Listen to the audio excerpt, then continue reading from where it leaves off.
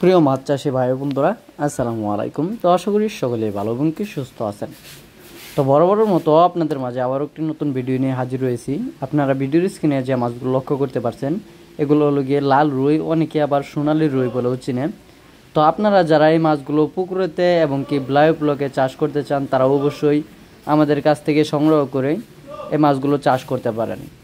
এমনকি এই মাছের বাজার যে রেটটা রয়েছে বাজারে, সেই রেটের তুলনায় এই মাছ চাষ করে আপনারা যদি এই মাছ 6 মাস চাষ করেন, তাহলে দেখা গেল লাখ লাখ টাকা আয় করতে পারবেন।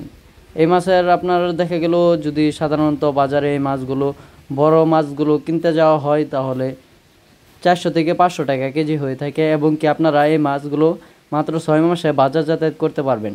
এবং কি এই মাছের ফিড খাবার খুব কম লাগে। আপনারা এই মাছকে যে খোলটা রয়েছে, সরিষা খোল এবং কি সাথে কুড়া ভুসি এগুলো দিয়ে ভিজিয়ে তারপর পচিয়ে এই মাছটাকে খাবার দিতে পারেন।